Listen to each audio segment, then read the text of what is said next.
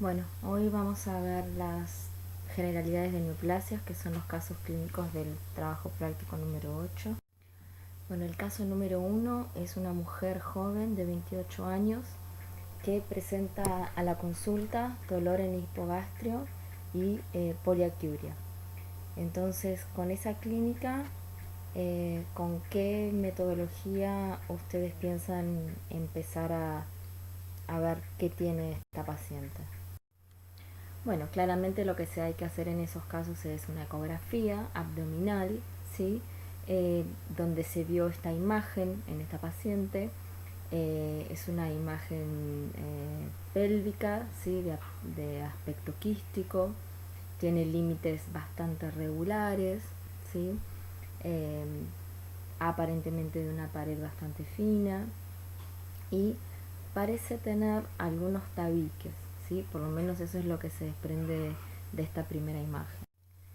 Bueno, con la imagen de la ecografía, ¿sí? Se le indica a la paciente una tomografía, que es la imagen que en corte transversal, que es lo que vemos ahí, y vemos una masa un poco más posicionada sobre el lado izquierdo, ¿sí? eh, una masa circunferencial con aspectos y dimensiones que se condicen con lo visto por ecografía, ¿sí? Y que presume una masa que se origina en los anexos, ¿sí? Probablemente en el ovario izquierdo. Bueno, y esas imágenes, ¿sí? Se corresponden a una patología o al aparecimiento de una masa que llamamos cistoadenoma, ¿sí? Cistoadenoma seroso, en este caso, ¿sí? Son masas tumorales que provienen del epitelio celómico superficial, ¿sí? Aquí vemos una macro eh, donde vemos que estos tipos de tumores están cubiertos por una cobertura muy fina, ¿sí? Casi translúcida, con un tinte azulado, y están compuestos en su interior de un líquido ceroso claro, ¿sí? Recordemos que este corresponde a un tumor del ovario izquierdo, ¿sí? Estos tumores varían mucho de tamaño, ¿sí? Tenemos desde cistodenomas pequeños, de menor tamaño, a grandes masas, ¿sí? Como la que tenía la paciente que veíamos se veía en las imágenes, en la ecografía y en la tomografía. Y aquí lo vemos, ¿sí? En la pieza macroscópica es una pieza que mide más o menos unos 9 centímetros, ¿sí? Eh, eh, Estos son los tumores de este epitelio, son los más, de los más frecuentes, ¿sí? Eh, el 75% de ellos, la mayoría de ellos son benignos, pero hay un porcentaje de 25-30% que son malignos. Bueno, aquí vemos otra macroscopía, sí, otra pieza macroscópica, obviamente que es una cirugía. Estos tumores, por su gran tamaño, hay que resecarlos, claramente. Eh, Aquí vemos otra pieza ovárica, donde vemos la superficie quística, que es lisa, brillante, con ese tinte azulado que mencionamos anteriormente, y denota una cierta transparencia, ¿sí? Esto es porque está lleno de líquido, ¿sí? De este líquido de tipo ceroso. Bueno, como aquí vemos otra pieza, ¿sí? Una, una histerectomía completa, ¿sí? Con anexos. Eh, Vemos el útero y los anexos completos, donde vemos en uno de ellos esta gran masa que corresponde a un cistoadenoma, ¿sí? Eh, como dijimos, la mayoría de estos tumores son benignos y un porcentaje de estos tumores son bilaterales, ¿sí? Afectan ambos ovarios, ¿sí? Cuando los tumores son malignos, son del tipo adenocarcinoma quístico, y generalmente se ven en mujeres de más avanzada edad, ¿sí? Que las que presentan los tumores benignos, ¿sí? Y frecuentemente cuando tenemos este tipo de patologías son asociados a casos de cánceres familiares, ¿sí? Bueno, en esta diapositiva lo que vemos son dos piezas macroscópicas, ¿sí? Correspondientes a un caso de cistoadenoma ovario bilateral, ¿sí? Vemos las dos grandes masas, los dos quistes que son de gran tamaño. El derecho un poco bastante más grande que el izquierdo, ¿sí? Y lo que vemos en estas masas, que vimos en otras anteriormente, es la presencia de múltiples lóculos, ¿sí? O varios compartimientos de estas masas tumorales, varios compartimientos quísticos, ¿sí? Lo que da una pieza, una masa tumoral multilocular, ¿sí? Esto es por la presencia de tabiques internos eh, que se corresponden con con la imagen ecográfica, lo que mostraba la ecografía, si lo recuerdan, eh, al inicio de este caso. Bueno, aquí en esta foto es solo para ejemplificar el gran tamaño que pueden adquirir estas masas de cistoadenoma, ¿sí? Si lo ven ahí, es prácticamente del tamaño de un bebé recién nacido, ¿sí? Y entonces imaginen el volumen que eso causa en la extensión abdominal que causa, eh, y la presión sobre otros órganos, claro, consecuentemente por el gran tamaño que tiene esa masa. Bueno, lo que vemos aquí en esta diapositiva es un corte transversal de una masa tumoral de cistoadenoma seroso, eh, y lo que se ve ahí como en mayor detalle, ¿sí? Que está apuntado por la flecha amarilla, son los múltiples locus, ¿sí? Del quiste, ¿sí? De esta masa que es multilocular. Ahí se pueden ver en detalle los tabiques que forman, que tabican la masa, que la dividen, pero la superficie interna ¿sí? de cada espacio, se ven que es una superficie lisa, ¿sí? Es una superficie de corte interna del quiste, lisa, ¿sí? Sin proyecciones, eh, ni papilas, ningún tipo de proyección, sino una superficie lisa. Bueno, y lo que vemos aquí, ahora vamos a empezar a ver una serie de histologías, ¿sí? Aquí vemos la histología que corresponde a esa superficie que recién veíamos en la diapositiva anterior, del cistoadenoma seroso. Ahí vemos en detalle, en la imagen, en la parte de abajo, mayor aumento, claro. Es un epitelio neoplásico, ¿sí? Revestido hacia el interior del quiste por una sola capa de células, células cilíndricas o cúbicas, ¿sí? O cilíndrico bajo, cúbicas, también se puede describir. Muchas de ellas ciliadas, ¿sí? Células monomórficas, ¿sí?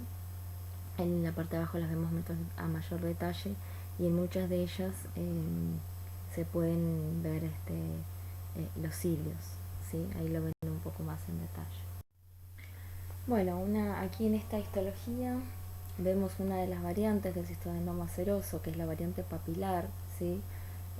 Claramente aquí, como lo ven en la imagen, es por la presencia de papilas, por la presencia de estas proyecciones hacia la luz del quiste, y estas papilas están recubiertas con este epitelio, que en las imágenes anteriores veíamos como recubriendo una superficie plana, ¿sí? Aquí en esta diapositiva vemos otros cortes histológicos a menor aumento, que ejemplifican muy bien y sirven para ver muy bien cuál es la pared del quiste, ¿sí? Que es ahí donde dice pared del cisto, que está en portugués, y lo que constituye la masa de proyecciones papilíferas, ¿sí? De las proyecciones de estas papilas que van hacia la luz, ¿sí? Estas ramificaciones de este epitelio neoplásico. Aquí en esta diapositiva tenemos otra histología, ¿sí? De un cistoadenoma seroso papilar, ¿sí? Ahí vemos como en este corte parece que las papilas se desprenden, ¿sí? De la pared del quiste.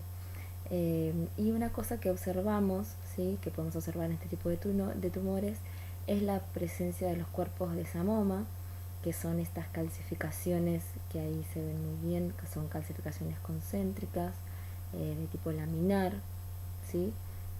Son depósitos eh, que no son exclusivos de los histodenomas serosos, ¿sí? También los encontramos en otros tipos de tumores, como vamos a ver más adelante, ¿sí? Muchas neoplasias tienen y muchas otras patologías, pero muchas neoplasias, como el carcinoma papilar de epididimoide, se pueden observar la presencia de cuerpos de Samón. Bueno, aquí en esta pieza macroscópica ya vemos algunas imágenes un poco distintas de las primeras macroscopías que vimos en este caso. Y esto constituye lo que llamamos un tumor seroso borderline, ¿sí? ¿Qué significa el concepto borderline o qué entendemos por algo borderline? Significa que es una neoplasia que tiene algunas características de una neoplasia benigna y características de malignidad, ¿sí? Entonces, lo primero que nos llama la atención acá es la constitución de esas papilas, la gran cantidad de las mismas que vemos, ¿sí? Es como si fuese una neoplasia desde el punto de vista macroscópico mucho más florida, ¿sí? Mucho más activa que, por ejemplo, si recuerdan la primera macroscopía que vimos de el cistoadenoma seroso de superficie lisa donde no había ninguna proyección papilífera. Y miren lo grande que es esta masa, que tiene más o menos unos 10 centímetros bueno, de diámetro. Bueno, acá está abierta en el corte, pero debe tener más o menos ese tamaño.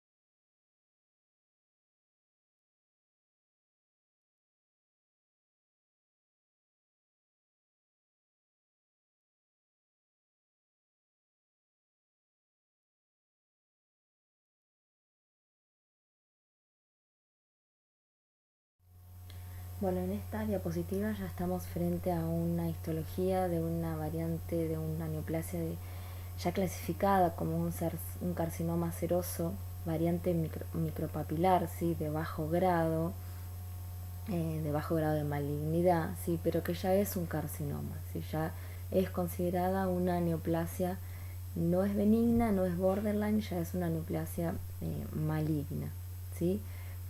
Vemos y se llama micropapilar por la constitución de sus papilas, ¿sí? Bien finitas y de proyecciones bien digitiformes, ¿sí? Bien pequeñas. Bueno, y aquí tenemos el caso número 2, ¿sí? Donde tenemos una paciente de sexo femenino de 78 años, o sea, de una paciente de edad avanzada, con antecedentes, ¿sí? De haber tenido un adenocarcinoma de colon hace algunos años, ¿sí? Específicamente hace 5 años. Bueno, aquí tenemos la imagen macroscópica del adenocarcinoma de colon, ¿sí? Después vamos a volver a ver tumores de colon cuando veamos digestivo, pero esto es para que entiendan, recuerden que este es el práctico de aproximación a las neoplasias, entonces para que tengan una idea general de algunas de ellas y de algunas situaciones que se presentan, ¿sí? Los adenocarcinomas de colon tienen tienden a crecer como masas polipoides, generalmente los que están en la parte proximal, en el colon proximal, ¿sí? Eh, en estas masas raramente causan obstrucción, ¿sí? Contrariamente a los tumores que aparecen en la parte del colon distal, ¿sí? Que generalmente se presentan como lesiones anulares que afectan toda la luz del intestino eh, y que muchas veces en su región central suelen estar ulceradas estas masas. Aquí en esta imagen macroscópica vemos el corte transversal, ¿sí? de la masa una masa de un adenocarcinoma de colon, donde macroscópicamente podemos distinguir, ¿sí?, claramente dos partes, dos componentes. Una parte que es no invasiva, que es la que podríamos llamar de adenoma, y que da lugar o que da inicio al otro componente, que es un carcinoma de tipo mucinoso, ¿sí?, que va interrumpiendo la lámina muscular propia, que lo ven ahí como en la parte más inferior de la imagen. Bueno, en esta diapositiva vemos algunas histologías. En la porción derecha de la imagen tenemos las histologías que se corresponden a una mucosa de colon normal, con sus criptas, con sus células. A diferencia de la imagen histológica que vemos a la derecha, es una imagen a un poco en menor aumento, donde vemos la presencia de un adenocarcinoma de colon bien diferenciado en este caso, donde vemos claramente núcleos hipercromáticos, alargados, posibles restos necróticos en las luces de esas glándulas, ¿sí? Un marcado aumento de la relación núcleo-citoplasma, áreas de necrosis. Bueno, todo eso era la historia de esta paciente, ¿sí? El cuadro que había tenido hace 5 años, el cuadro de adenocarcinoma de colon. Seguramente la paciente había pasado por una cirugía y tal vez para algún tipo de radioterapia con quimioterapia, pero actualmente la paciente consulta por presencia de disnea progresiva y tos, ¿sí? Entonces, ¿qué es lo primero que estudiarían en este caso? ¿Sí? Bueno, claramente irían a ver cómo están esos pulmones, ¿no? Bueno, a la paciente se le hace una radiografía, ¿sí?, de tórax, que es lo más rápido que tenemos como para evaluar cómo están en los campos pulmonares, y la imagen que aparece es la que vemos ahí, que se describe generalmente en radiología como una imagen ensuelta de globos, ¿sí? ¿Ustedes qué pensarían que pueden ser esas masas o esas eh, concreciones sólidas, si se puede llamar así, que aparecen en esos campos pulmonares? Obviamente hay que investigarlas y hay que saber a qué se puede corresponder. Bueno, la paciente fallece, ¿sí?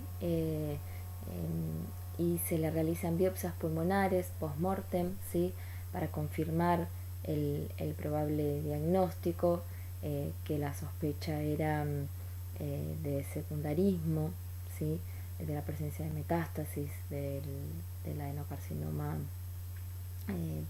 primario que había tenido hace unos años.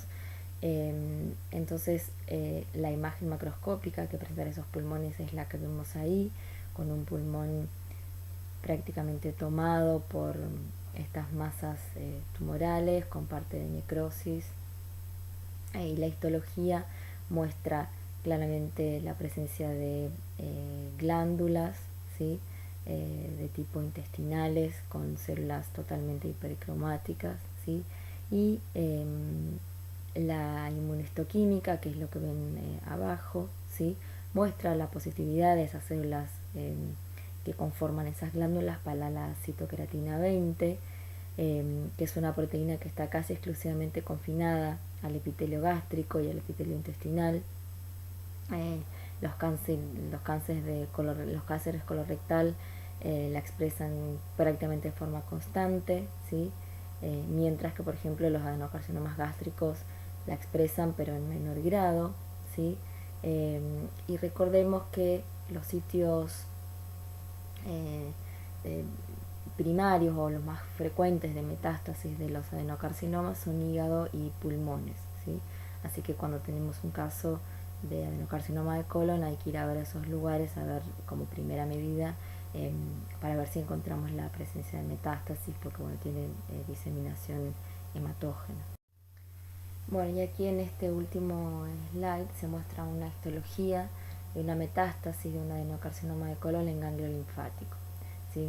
Esta imagen es muy bonita realmente y muestra toda la imagen del ganglio, se pueden ver centros germinales y se ve claramente, ¿sí?, en la parte izquierda inferior la presencia de una glándula de tipo intestinal, de ese tipo de células que obviamente no tienen nada que hacer ahí en ganglio linfático, y que se corresponde, si la imagen está en menor aumento, y hay que hacer marcaciones por supuesto para definir que sean de células de origen epitelial, pero bueno,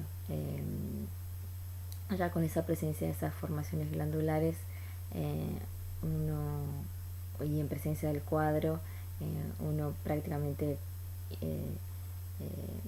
le pone la firma de que sea la metástasis del adenocarcinoma presente en ganglio linfático.